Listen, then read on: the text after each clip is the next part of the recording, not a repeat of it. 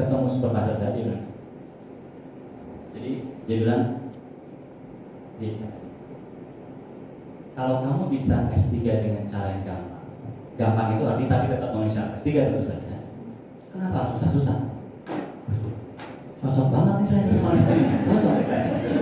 Ini gua banget nih dia. Setuju bos, ini yang saya cari nih. Karena dia bilang kerja sejati adalah setelah S3. Jadi kamu itu kalau nanti mau meneliti gimana cara bikin kucing jadi anjing, apalah terserah gitu, silakan. Nanti tapi setelah izinmu kamu kantongi. Izin meneliti dulu dikantongi. Jadi kalau kamu bisa dengan cara yang mudah, kenapa harus susah? Saya setuju, dan itu saya pegang sampai hari ini. Saya membimbing S3 juga. Itu benar-benar saya pegang. Nah artinya apa? S3 itu satu, menurut orang-orang yang menurut saya sudah paham sekali tentang pendidikan di luar negeri yang saya tahu, termasuk di Indonesia juga, mereka adalah orang yang sangat paham.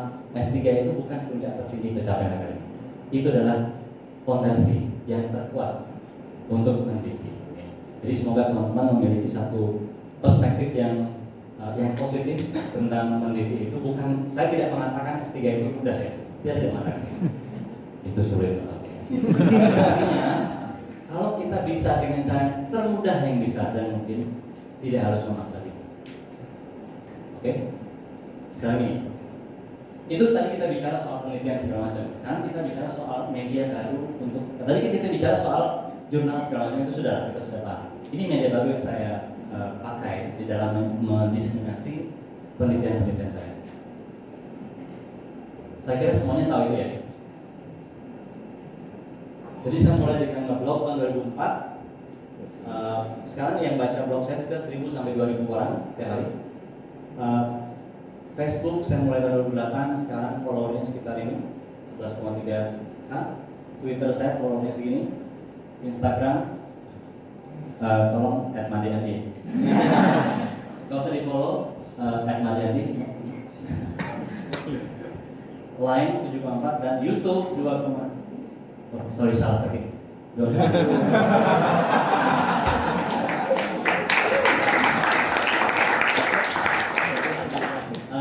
Saya cuma ingin Bapak Ibu menghargai betapa saya siapkan dengan baik presentasi.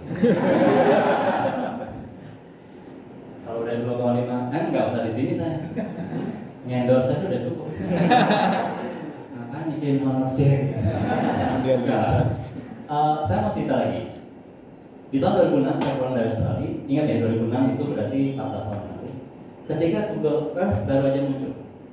Google Earth sekarang semua orang udah tahu Google Earth. Bagi kami orang geodesi itu barang so yesterday, karena itu tinggal ngumpulin citra satelit itu dikumpulin, udah pokoknya itulah gampang. Kami gak ada yang heran ke orang geodesi itu dengan Google Earth. Tapi kalau saya kebetulan suka bergaul dengan orang non geodesi, setiap ada orang yang saya perkenalkan semuanya takjub sekali. Tapi berarti orang geodesi juga perlu menulis tentang Google Earth, biar masyarakat tahu lebih baik apa di balik Google Earth itu. Saya membuat sebuah tulisan. Ketika saya mau publikasikan di sebuah koran bernama Suara Merdeka, teman saya bilang gini, orang geodesi, kamu ngapain nulis begitu? Kan nggak ada kontribusi apapun ya. Kamu hanya ngomong hal-hal yang biasa banget, nggak ada yang aneh dari Google Earth. Kenapa gitu? Saya pernah mau gagal atau mau membatalkan, tapi saya pikir sudah saya tulis, saya kirim aja ke redaksinya. Kurang dari 10 menit dapat jawaban dari redaksinya yang kayak orang tercelaka gitu. Pak Andi, ini sesuatu yang baru banget. Ini belum ada di dunia. Nah, dia belum tahu saja. Gitu. Jadi redakturnya itu merasa itu sebuah pencerahan luar biasa. Ini pasti kami terbitkan dan kami akan terbitkan di sebuah kolom namanya Connect di Suara Merdeka di Semarang. Besoknya terbit di setengah halaman, lengkap dengan capture Google Earth di kota Semarang segala macam. Kebayang ya, ini 2006 ya, jadi supaya dapat konteksnya kan sekarang ya. Mau apa sih ini kok? Besok terbit setengah halaman, pagi terbit jam 3 sore, setengah 3 sore, saya sudah ditelepon oleh orang dari Badan Pertanahan Nasional Kabupaten Kendal karena dia akan mengadakan workshop mirip dengan ini, penggunaan citra satelit untuk mendapatkan tanah darurat segala macam. Dan tulisan itu yang membuat dia mengontak saya untuk saya bisa bicara di forum. Jadi sangat instan dampaknya, hanya berapa jam. Singkat cerita saya siapkan dengan baik sekali. Saya berangkat ke tempatnya itu di Bandungan. Ada yang tahu daerah Semarang, Jawa Tengah ya? Bandungan itu apa ya? Bandungan itu bedugulnya Semarang. Oke, kebayang ya, tempat-tempat yang adem gitu. Atau Kaliurangnya Jogja lah. Begitu pulang, singkat cerita ini kayaknya sih happy gitu orang-orang mendengar apa yang saya sampaikan. Lalu saya pulang diantar oleh seorang supir naik di jam waktu itu untuk dibawa ke terminal. Di sepanjang jalan itu ada pohon-pohon kelengkeng. Saya sebagai orang desa melihat kelengkeng berbuah di halaman rumah itu tidak tahan untuk mengagumi dan bercerita gitu. Sini banyak banget kelengkeng ya, bagus lagi ini. Oh iya Pak, kemudian lagi. Berikutnya lihat lagi, saya komentari lagi. Tidak ada maksud apa-apa untuk komentar itu. Komentar tulus kan. Tapi rupanya beliau melihat dari sisi yang berbeda. Nah kita berhenti sebentar, terus dia keluar. Datang bawa 2 tas kresek lagi. Waduh, saya merasa bersalah banget. Gak ada maksud apa-apa tadi gitu. Tapi saya mikir juga, waduh, kenapa tadi tidak bilang mobil sini bagus-bagus juga. Tapi untung saya nggak bilang gini. Oh, saya sini cantik. Oke, kita wajib pramaji. The power of writing ya, menulis itu bisa membuat yang itu seru. Mari kita lihat lagi. Mengapa kita menulis? Kita udah cerita tadi yang ini, masih ingat ya, sampai sekarang ini. Ini tadi kita udah tahu. Tapi yang lebih penting lagi adalah ketika dia menjadi policy, itu berarti kan pengetahuan kita tadi yang kita punya itu harus masuk ke dalam kebijakan. Kita kan tidak punya power buat kebijakan. Yang punya power buat kebijakan siapa? Anggota DPRD, betul? Makanya artinya pengetahuan kita harus sampai kepada anggota DPRD, betul kan? Pertanyaan berikutnya adalah kita selalu menerbitkan jurnal. Fakta yang mana? Gak baca jurnal, ya? Sorry, saya cuma ini fotonya jangan ilustrasi aja. Ini tidak terjadi sebenarnya. Saya takut nanti ada yang bapak ibunya anggota DPR. Enggak, ini ilustrasi aja. Foto diperankan oleh model. Kenapa? Karena mereka nggak punya waktu, mereka mungkin nggak punya expertise juga dan segala macam. Makanya selalu sebenarnya kita harus memilih media yang berbeda. Coba di scan ini sekarang. Bisa di scan atau bisa juga kunjungi ini bit.ly/multimedia. Saya pengen Bapak Ibu milih lebih suka nonton yang mana. Nanti kan dapat ini. Yang pilih TV atau YouTube. Sambung ya. bit.ly/multimedia kalau yang tidak punya scanner, tapi kalau mau ada scanner di scan. Kemudian bisa kita lihat?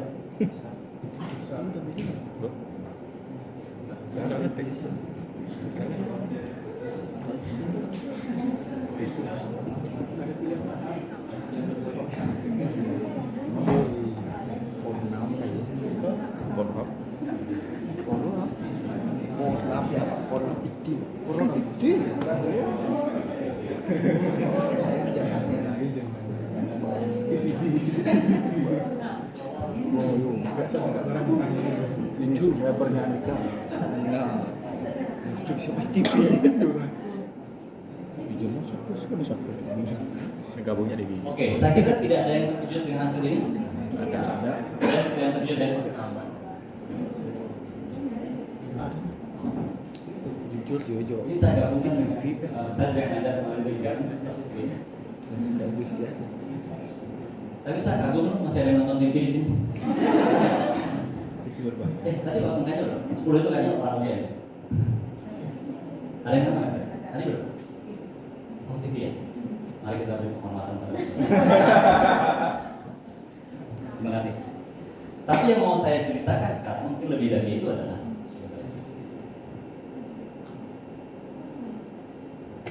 kita memang nonton YouTube, tapi betul nggak tuduhan saya yang ditonton di YouTube juga program TV? Salah. Ya, betul kan? Paling idol juga kan gitu. Yang dimulai dengan kalimat heboh, Judika bla bla bla, atau Agus Mukarjo. Jadi persoalannya apa sih sebenarnya sekarang ini? Berarti bukan konten ya? Apa? Ternyata setelah saya teliti, kita sekarang ini cuma nggak suka diatur aja. Kalau program TV kan programnya jelas, jam berapa, tanggal berapa, segala macam. Kita nggak suka ya. Kita sukanya mau nonton sekarang, mau sekarang. Betul nggak? Jadi bukan soal konten yang sudah ditentukan. Cara kita melihat media dan kita memang nggak suka diatur, udah akuin aja lah. Ya, nggak suka diatur, apalagi anak-anak kita. Kalau papa mamanya aja nggak suka diatur. Ya nggak sih, kira-kira gitu kan? Jadi itu menurut saya harus dipahami betul bahwa itu terjadi karena kita nggak suka diatur. Kita ingin melakukan apa yang kita mau lakukan sekarang. Makanya Merdeka Belajar itu adalah itu menurut saya.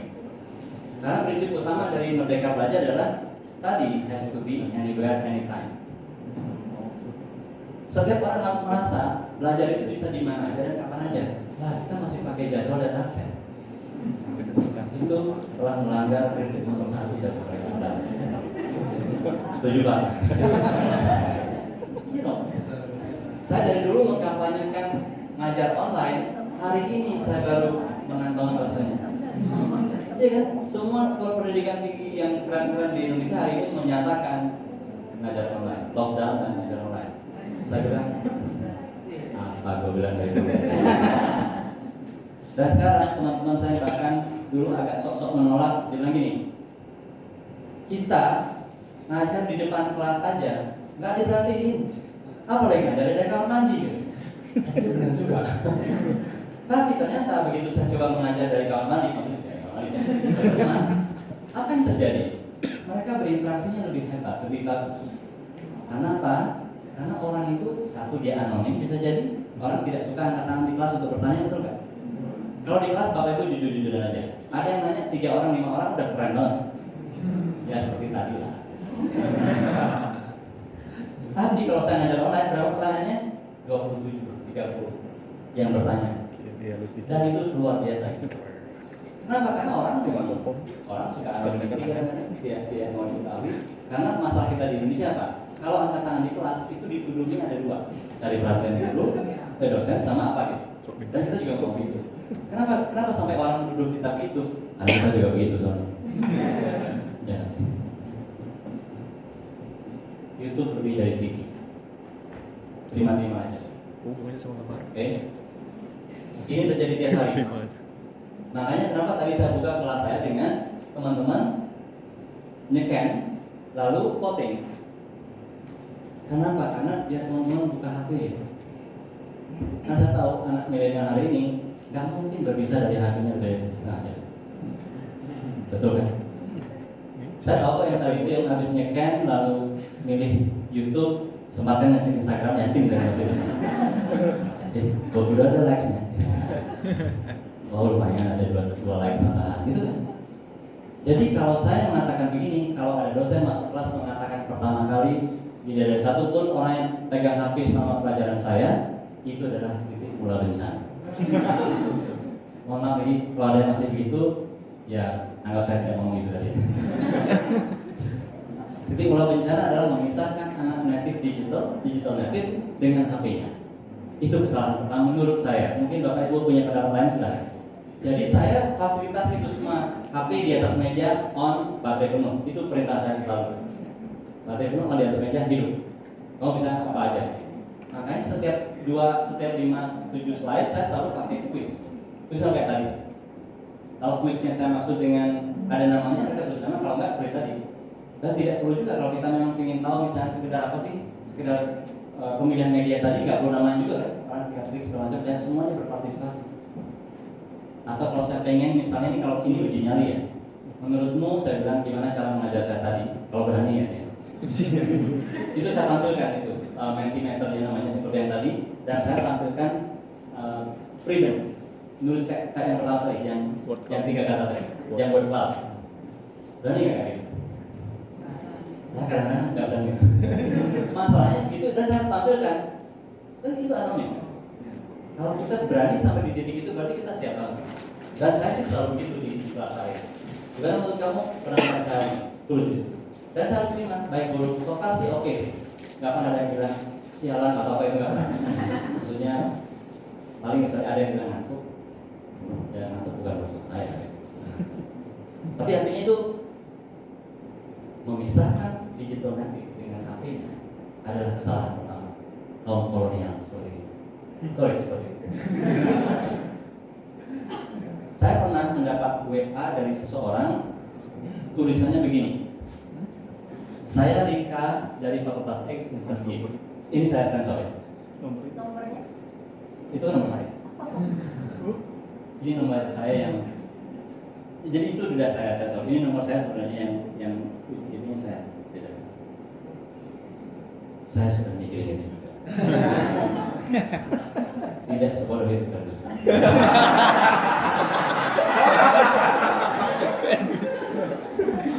Tapi terima kasih yang sudah mengatakan itu karena memang benar-benar dicuri. Ini peneliti semua berarti ya. Critical thinking gitu. Jadi lagi, Bapak, kami mohon Bapak berkenan menjadi pembicara di bidang energi terbarukan. Bismillahirrahmanirrahim. Oke, untuk yang tidak tahu, geodesi itu entahlah mungkin ada hubungannya sedikit, tapi saya tidak pernah mikirin energi terbarukan. Energi terlamakan aja saya pikir.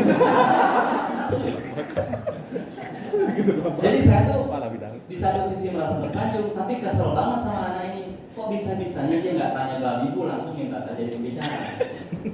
Oke lah, saya kan sudah tadi selalu mencitrakan diri sebagai orang yang tidak sombong dan baik hati ya. Ya udah saya balas dengan kalimat yang sebenarnya gregetan, mau siang-siang gitu, tapi saya terus gini. Terima kasih atas kesempatan ini. Maaf, apakah Rika pernah membaca soal bidang yang satu ini? Saya bukan pakar yang terbarukan. Jawabannya belum sih Pak. Tapi saya lihat cara presentasi Bapak di IG tahu. Gitu doang alasannya. IG. Enak. Jadi hanya karena dia melihat seseorang yang sangat bagus, dia undang ke seminarnya untuk dia tidak penting berarti kontennya apa segala macam. Ini kan ujian buat saya. Terima kasih. Karena terus terang aja, untuk orang yang punya kemampuan public speaking yang misalnya cukup, saya merasa cukup confident dengan kemampuan saya public speaking, cukup saya lihat 3 video di TEDx, lalu baca 2 artikel ilmiah populer tentang energi terbarukan, sama baca 3-4-5 berita, yakin saya bisa tampil dengan sangat meyakinkan 15 menit di kelas. Pertanyaan adalah, saya berhak nggak sih ngomong gitu sebenarnya? Enggak. Saya tidak pernah belajar itu secara serius. Jadi saya kemudian refer atau saya rekomendasikan teman saya, memang ada yang pernah tahu Ahmad Agus Setiawan yang sekarang jadi staf khusus presiden. Saya tadi semuanya bilang, oh iya Pak, oh oke, berarti beliau nggak terkenal ya. Saya nanti mau ya deh, Mas Agus di balik kamu nggak terkenal. Tapi Bapak Ibu teman-teman sekarang mau percaya atau tidak, it hurts. But it's true.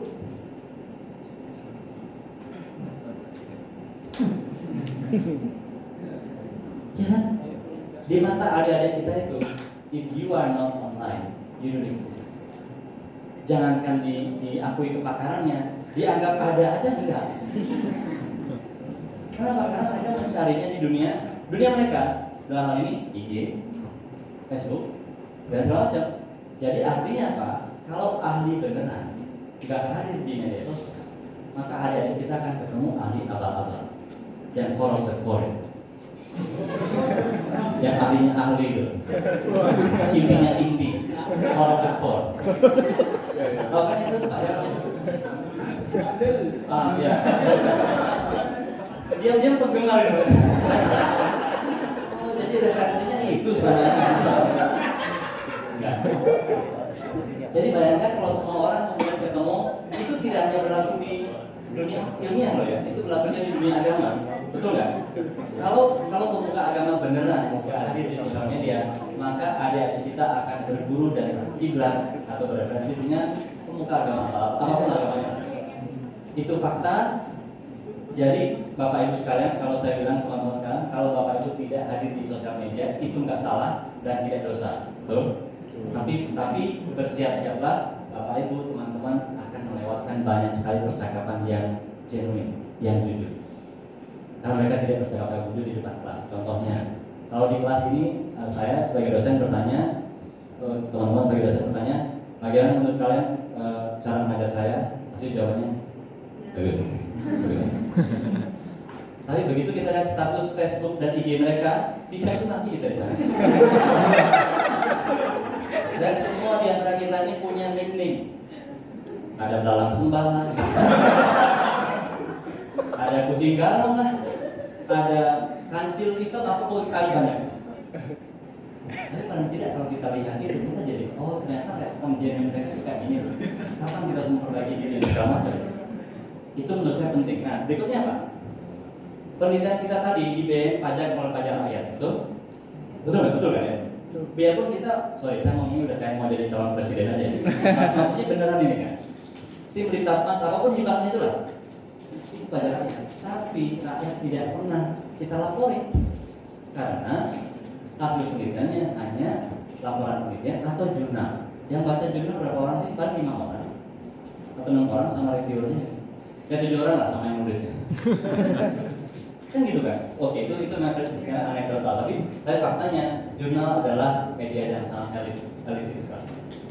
Jadi penyandang dana utama penelitian kita nggak pernah dapat laporan kita sama sekali, nggak pernah nulis di Facebook, di koran, di IG semua. Itu dosa. Dan yang paling penting adalah sebenarnya apa yang kita teliti, konsumen kita itu pasti orang awam, betul nggak Bapak Ibu? Kalau kita mau itu berguna, makanya belajarlah menjelaskan secara awam. Kalau Einstein bilang, kalau kamu nggak bisa menjelaskan kepada anak umur 6 tahun, berarti kamu nggak tahu. If you can't explain it to a 6-year-old, you don't understand. Jadi kalau kita mencoba tuh, kalau kita udah ngomong ini, aduh kok masih kecil nggak akan ngerti, nah itu nanti kita nggak ngerti pasti. Nggak bisa cara jelasin kepada mereka. You don't really understand. Sorry itu kata Einstein ya, tapi saya somehow percaya juga. Saya kadang ngetes apa yang saya mampu itu ke anak saya ketika dia masih SD. Saya bisa ngajar gitu sambil nyetir sambil ngantar dia. Kita nanti ayah akan ngajar namanya metode survei data non spasial. Kita what the heck is that? Dan saya mencoba untuk menjelaskan itu dengan bahasa yang dia mengerti. Kalau dia agak malu-malu, nanti nggak kira. Walaupun mungkin dia menghibur bapaknya gitu. Itu saya akan ini. Tapi kalau dia bilang, I just don't understand. Itu saya berkomunikasi cara saya menjelaskannya masih belum bagus. Media populer yang kita pakai apa berarti saya? Buku populer. Buku beda dengan buku tulis, buku ajar. Saya menulis banyak sekali buku populer juga, yang kemudian membuat saya merasa challenge-nya luar biasa ketika saya menulis buku populer. Beda dengan buku teks atau sebaliknya juga. Itu adalah pengalaman yang bagus. Apalagi koran. Mohon maaf, ada yang pernah mencoba atau sudah sering nulis di koran sih? Maksud bukan nulis di koran bekas gitu ya? Sering nulis di koran. Nah, kadang-kadang persoalannya bukan cuma ya, kita nggak tahu aja bahwa kita sebenarnya bisa nulis di situ. Harusnya bisa, karena kita udah meneliti dengan sangat serius gitu. Tapi kita kadang nggak kepikiran dan nggak tahu. Misalnya contohnya, itu berapa kata ya nulis di Kompas? Gitu aja kita nggak tahu, kita nggak akan melakukan itu. Nah, melakukan 700 kata kalau di Kompas, kirimnya ke opini@kompas.com. 1000 kata kalau di Jakarta Post, kirimnya ke opini@jakartapost.com. Itu misalnya itu basic lah, informasi basic yang teman-teman saya harus tahu. Apalagi Instagram. Nah, ini profil Instagram saya yang saya capture beberapa waktu lalu. Teman-teman bisa lihat likes-nya ya. Dan ini semuanya kontennya ilmiah ya. Indonesia lawan Tiongkok ketika Natuna. Yang kemarin Natuna. Mungkin ada yang melihat, ada yang tidak. Saya kemarin tampil di Mata Najwa, promosi juga. Ada ya? Nggak nonton TV Pak. Nggak nonton TV Pak. Nonton YouTube Pak. Saya tambahnya misalnya. Oke, tapi artinya konsen seilmiah itu kalau di deliver dengan cara yang cukup baik, maka kemudian responnya baik nih. Ini ribuan gitu yang likes, kemudian yang nge-share terutama di share atau di save oleh, di share 400-an sekian, di save oleh 400 orang. Jadi dia rasanya penting nih makanya. Jadi kalau orang bilang Instagram itu nggak penting, itu ada orang-orang yang iseng sekali. Saya bilang gini, media itu nggak pernah salah, tapi nggak pernah benar juga. Yang salah atau benar adalah orang yang menggunakan media itu. Jadi kalau kita ingin media itu baik, maka kontennya dari kita harus baik. Nah ini adalah tentang misalnya bagaimana zona-zona maritim, teritorial, landas kontinen, ZTE. Itu saya tampilkan di Instagram juga. Ternyata yang suka juga banyak, 1.300-an, dan disimpan oleh 100-an orang dan segala macam lah. Ini saya buktikan bahwa Instagram juga bisa menjadi media diseminasi konten dunia. Nah ini contoh yang lain. Oke, ada yang K-popper nggak di sini? Ada yang suka K-pop di sini? Pasti banyak, cuman malu-malu aja gitu. Oke, terima kasih yang sudah mengaku dengan kesadaran sendiri. Oh, ini saya once. Oh, yang tidak ngerti mohon maaf. Hanya nanti pada generasi. Oke, saya punya anak namanya Lisa, umur 14 tahun sekarang. Dia adalah die hard K-pop. Die hard. Kayak I'm Army. Apa sih? Army itu ternyata adalah nama fans dari BTS. Oke, kalau merasa kosakata saya ini agak aneh, itu berarti kurang gaul ya. BTS adalah, kalau menjelaskan, BTS adalah grup musik laki-laki dari Korea yang gitulah. Army adalah nama fans ya, nama grup fans ya, fandom misalnya. Apa saya? Tapi artinya gini, saya tuh merasa, terus terang mohon maaf sebelumnya, bagi yang K-popper, saya tuh merasa dulu benci sama K-pop. Benci saya. Kenapa? Karena saya punya standar kecantikan dan kegantengan sendiri. Saya merasa kok aneh sekali anak saya menyukai laki-laki cantik. Oke, menurut kami ya, mohon maaf. Menurut kami laki-laki itu cantik yang Korea. Kenapa sih? Tapi anyway itu membuat saya menjadi renggang hubungannya dengan anak saya. Tetap di keluarga kami. Dia nggak mau ngomong kecuali saya memulai dari percakapan K-pop. Maka di meja makan jadi suasananya dingin. Menjelang tidur jadi penuh dengan friksi. Ada saya bilang gini, Dita, kalau K-pop adalah satu-satunya titik temu kita, ayah akan berusaha. Akhirnya Dita memperkenalkan saya dengan Twice. Twice adalah grup band yang terdiri dari 9 orang perempuan cantik-cantik yang semua orang sama. 9 orang itu rambutnya sama, kupingnya sama, matanya sama, hidungnya sama, lehernya sama, bajunya sama, kakinya bahkan kayak beli di toko sebelah itu, jadi kayak dipasangin sama persis.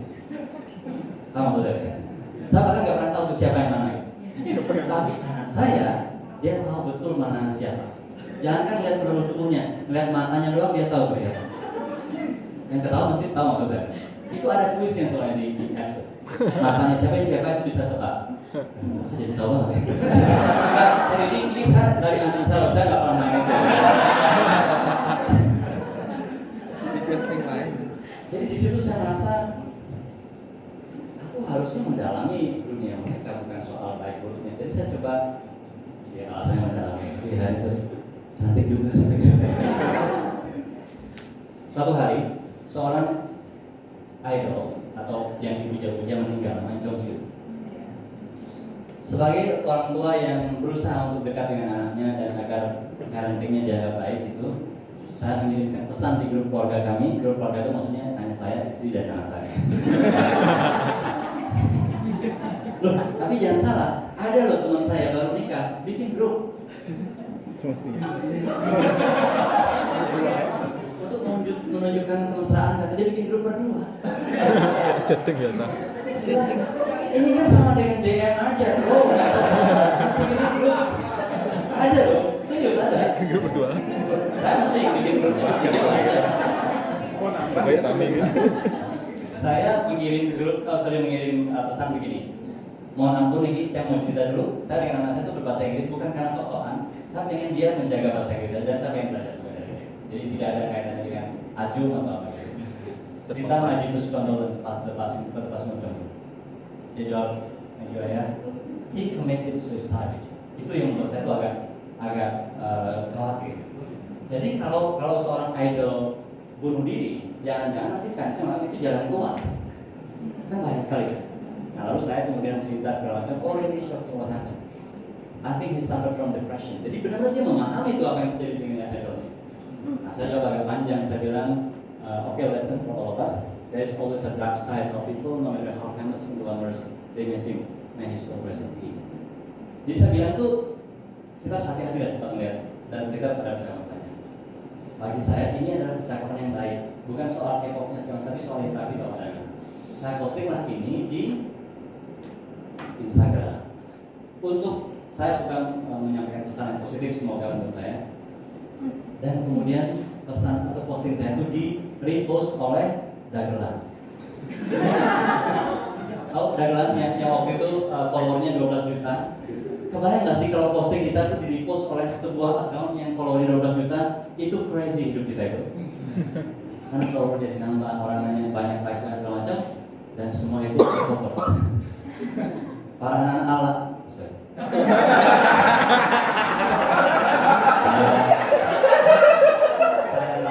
Mohon maaf saya ralat. Anak-anak yang jiwanya dinamis ya.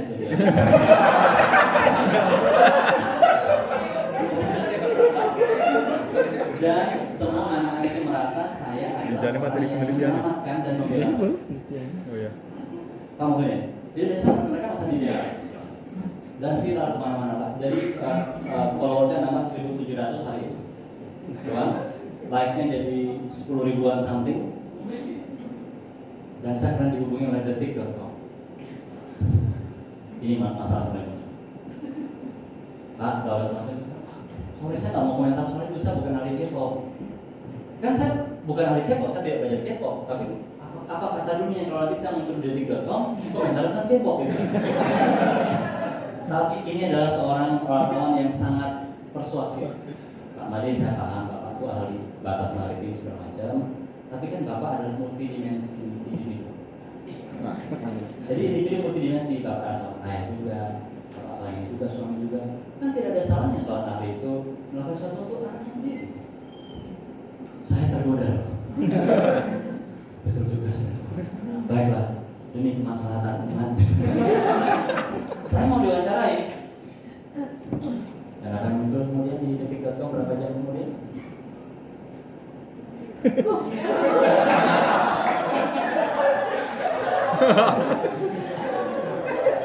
Simpati dosen UGM.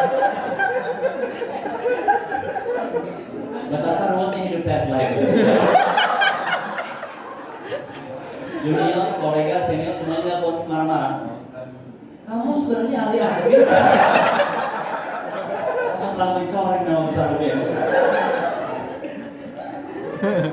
Saya akan bilang seperti gaya film itu, I can explain. Mereka nggak mau dengar itu. Oke, tapi ini mungkin cerita yang tidak terlalu bagus, tapi maksud saya, ketika kita muncul di media populer, begini dapat. Yang paling, tapi saya tidak menyesal kali ini, terus aku agak malu ya, kan tidak menyesal. Ada teman saya tiba-tiba, bukan teman staff saya pada kali pernah tahu dia, ada staff saya berkata, Andi, izin tak saya mau foto sama bapak. Apa sih jalannya? Ternyata dia punya anak SMP yang heboh banget di grup keluarganya mengatakan, ya hari ini kami kaum K-popers dibela dosen UGM ya. Gimana? Dia begitu katanya kayaknya kami dibela oleh dosen UGM hari ini. Apa sih maksudnya? Iya, kalau lagi semacam. Emang siapa dosen UGM-nya? Disebutlah nama saya. Itu bosnya, ayah tuh. Dia bilang teman supaya posisi di belakang tidak terlalu rendah. Dia minta foto sama saya. Kenapa? Karena dia mau kirim ke grup keluarganya. Hanya untuk mengangkat status dia. Ayah itu berteman dengan pembela matahari. Itu panjang banget ceritanya itu segala macam. Jadi, oke, saya tahu ini tidak selalu baik apa yang saya ceritakan, tapi itu yang saya maksud bagaimana kita hadir di dunia yang populer membuat kita bisa bikin impact dan or good ya, yang lebih cepat. Saya juga main di podcast audio. Tolong buka Spotify ada di Inspiration ada. Saya juga main di YouTube. Kalian Gojek. Nama channelnya perlu saya kasih tau? Oh, udah subscribe. Saya ngajar lewat YouTube. Ternyata yang nonton banyak juga. Berapa nih? 10k oke lah ya. Terus saya bikin podcast juga, mau cari orang. Mohon maaf, ini bukan foto keluarga saya. Itu keluarga. Ini adalah seorang profesor ini dari Indonesia yang mengajar di Osaka University di Jepang. Angkatan 2000 masih muda Bang. Dia sudah membimbing sekitar berapa belas orang seluruh dunia gitu. S3, bimbing S3 kan nggak pantas banget ya. Saya buka, jadi itu saya wawancara di channel saya untuk memberikan atau menebar informasi positif kepada orang. Dia ini lulusan Indonesia S1-nya, lalu S2 S3 di sana dan diangkat jadi dosen dan sekarang menjadi salah satu key person untuk menghidupkan penelitian di situ. Dan dia banyak sekali mengundang orang Indonesia untuk jadi S3 dan Kosmos. Jadi itu saya angkat sebagai cerita. Iya, kalau kita baca jurnal internasional, kita nggak bisa dapat rasa personalisme. Ini anaknya dia, ini orang lainnya. Kayaknya sih gitu. Orang lain. Saya juga mewawancara, saya bukan mengelola sih, karena diminta jadi interview di podcastnya UGM yang resmi tadi itu podcast ini. Ini kemarin cerita soal Raja Abal-Abal. Raja apa? Ahlinya bukan ya, ini ahlinya, ini yang menanya. Lalu tipsnya apa? Slide.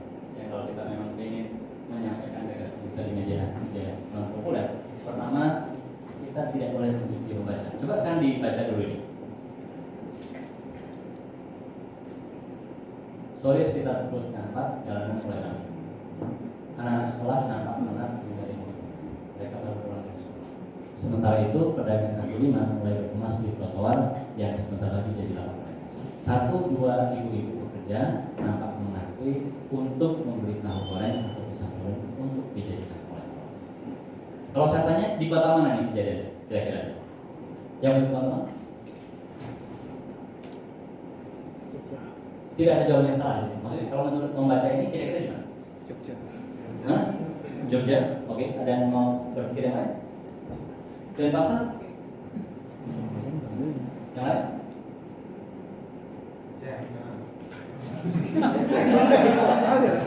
Oke, tapi benar itu. Ini adalah di Ho Chi Minh City. Vietnam.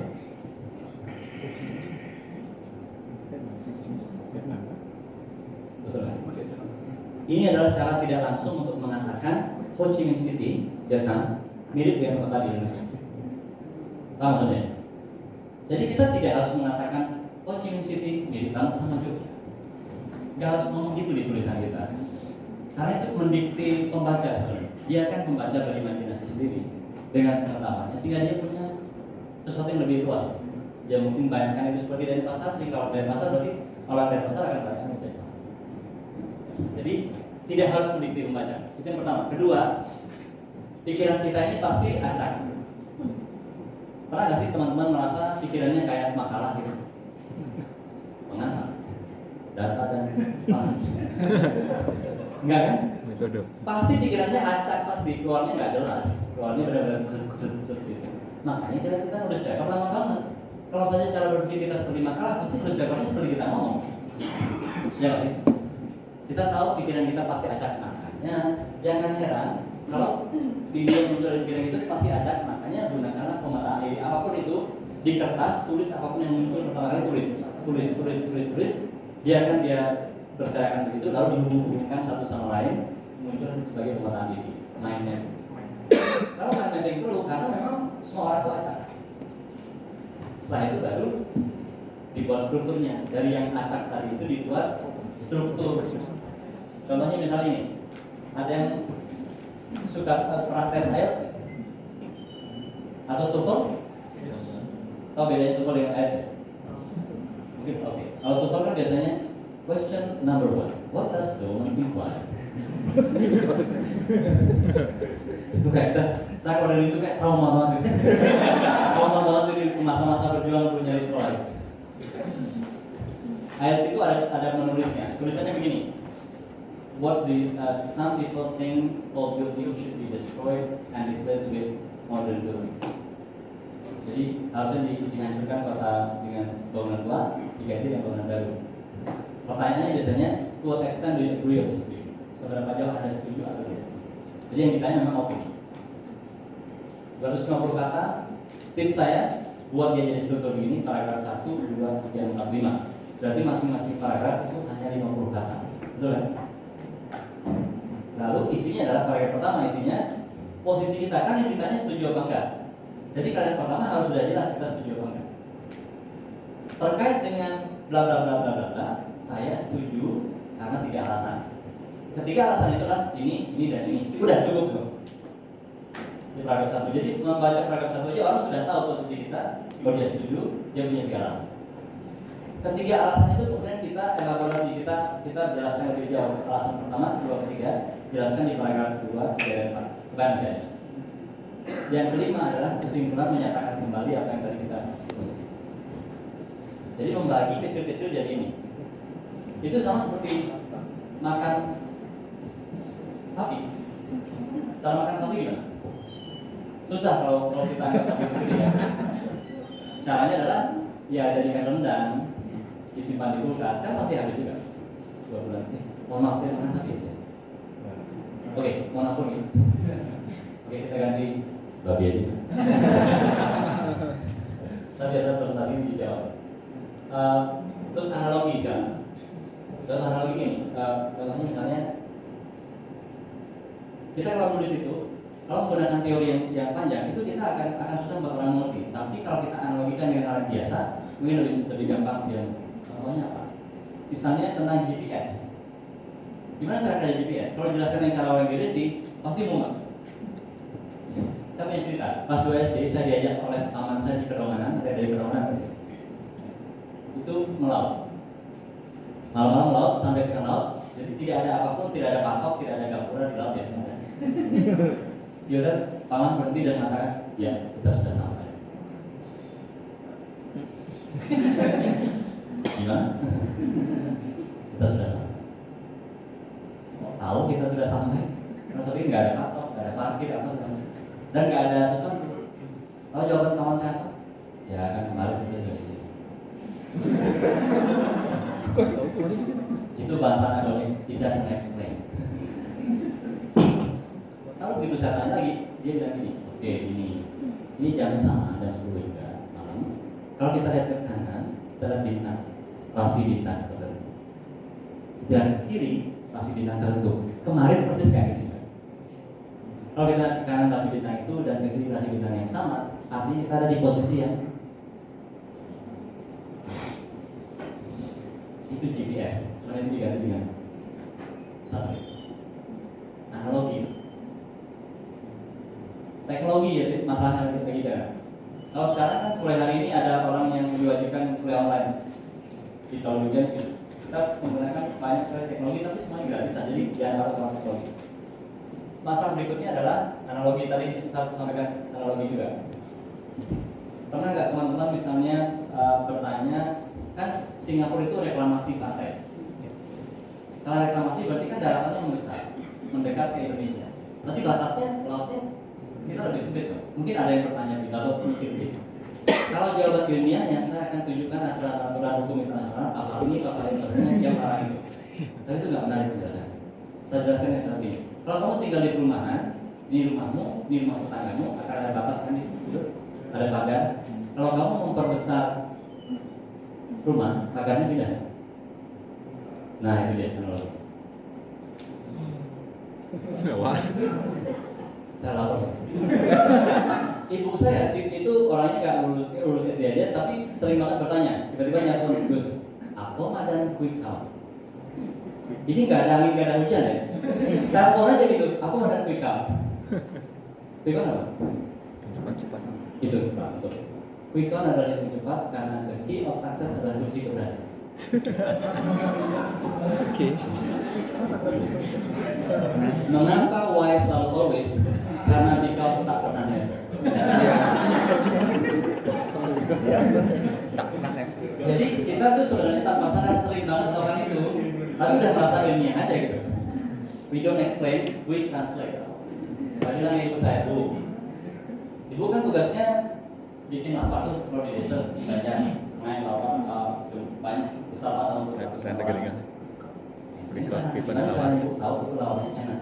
Jawabannya sangat otomatis, sangat cepat. Jadi cicipin lah kan. Dari situ. Saya bilang gini, sebenarnya cara yang paling tepat untuk bisa tahu semua lawan ini enak, gimana cara yang paling benar? Habisin semua. Iya dong, untuk bisa benar-benar tahu kan. Tapi kan salah banyak. Dimarahin banyak kita kalau bisa. Terus saya tanya lagi yang kedua, gimana caranya ibu meyakinkan semua wadah itu enak semua? Ibu saya bilang, dari cicipin di sini ambil dikit, di situ ambil dikit, di situ ambil dikit. Distribusi. Statistik, ya kan? Itu analogi, oke? Saya sering bilang misalnya UGM mengirim mahasiswa KKN ke seluruh Indonesia. Saya bilang sama mitra internasional. Dia bilang, so apa anehnya? Karena pertanyaan itu dari Inggris. Kan Inggris itu sekecamatan Denpasar Timur lah ya. Dia tidak habis pikir kok mengirim mahasiswa seluruh Indonesia itu apa kerennya ya? Kalau saya tunjukkan, oke, biar kamu tahu ya orang Amerika, orang Eropa.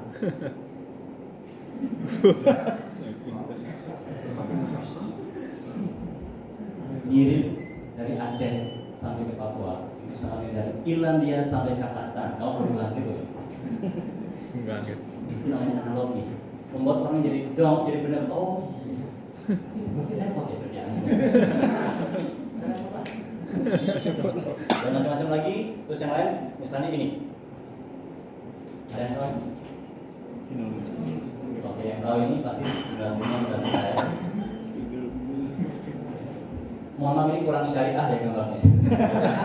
Saya mencoba jilbab itu gak pernah ada ini.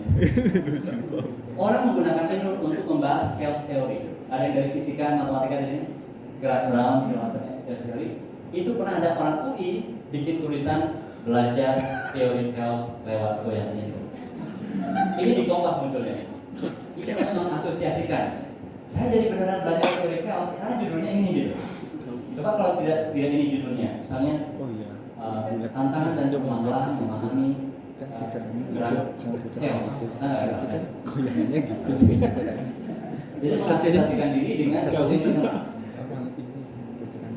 masalah kita yang lain adalah tergoda mengatakan semua hal. Karena kita kan meneliti ini, itu masalah kita. Yang caranya menulis hanya 600 kata, kita nggak biasa, kita biasa 4.000 kata. Karena kita tergoda mengatakan itu masalah. Yang paling penting adalah menurut saya inspirasi itu. Kan soal inspirasi itu harus perjuangan, terus keberhasilan, harus berhasil. Riset misalnya nih, kalau kita riset kalau risetnya jadi inspirasi, kalau dia berhasil kan? Kalau dia nggak berhasil ya misalnya nih kalau saya itu dari misalnya sekolah S3 nih, wah saya dulu tuh susah banget jadi supervisor, ketika sudah mulai kuliah, profesor sudah ditemuin, saya harus naik motor, naik sepeda, naik ojek segala macam, rumahnya segala macam. Kalau ditanya, sekarang lulus nggak? Enggak. Ya itu nggak inspirasi namanya. Ya nggak sih? Kalau ini seperti mohon maaf nih, seperti laki-laki yang mendekati saya perempuan. Oh dulu tuh susah banget, suka mendekati dia, saya gini. Setelah semua silakan ditanya, diterima nggak? Enggak. Terus apa? Inti dari cerita itu. Kalau diterima, ya artinya inspirasi itu kan muncul kalau dia ada perjuangan, ada keberhasilan. Itu inti dari itu. Jadi tulisan yang baik adalah yang selesai. Dan terpublikasi. Publikasi. Biasanya kalau kita nulis tuh biasanya banyak orang yang akan apa ya? Akan nyinyir di otak. Pasti kita jadi baperan. Di pemula. Ya, jangan baper karena pejuang itu nggak baperan tapi terima kasih. Nah, kita langsung pulang aja supaya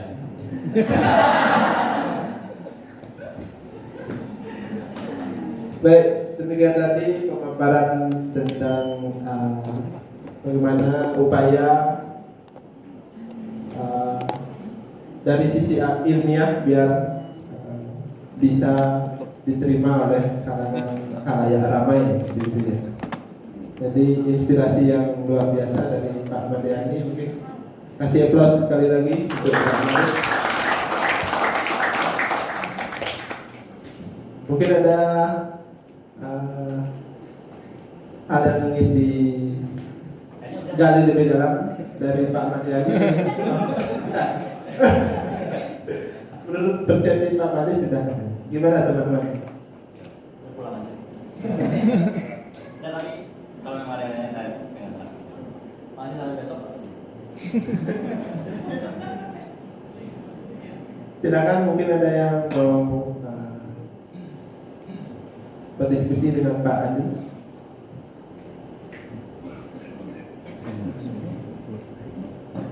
Tidak ada. Soalnya gini. Oh, ada di belakang. Muncul. Boleh. Status jangan. Jadi Pak, Iya. karena sangat jarang ketemu dengan Bapak, itu nggak tahu Bapak ketemu lagi, saya sangat interest ini. Bagaimana pandangan Bapak tentang statement salah satu akademisi tentang agama adalah fiksi? Agama. Adalah fiksi.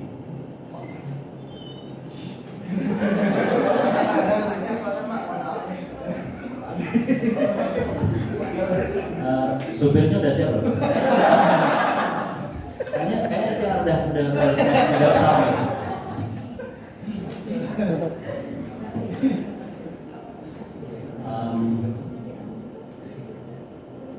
Pernah setelah kejadian itu pernah membaca atau mengikuti apa yang dikatakan oleh Rocky Gerung.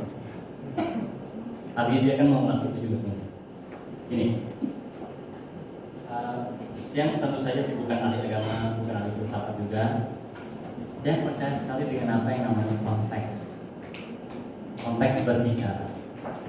Konteks berbicara itu adalah situasi, suasana, persoalan-persoalan lain yang mengikuti, dan ada yang namanya teks nih. Apa yang diucapkan, apa yang ditulis. Tidak pernah menurut saya teks ini atau ucapan ini boleh dinilai secara independen tanpa dikaitkan dengan konteks. Yang sering sekali kita lakukan hari ini, terutama oleh netizen yang terhormat itu, memotong-motong statement orang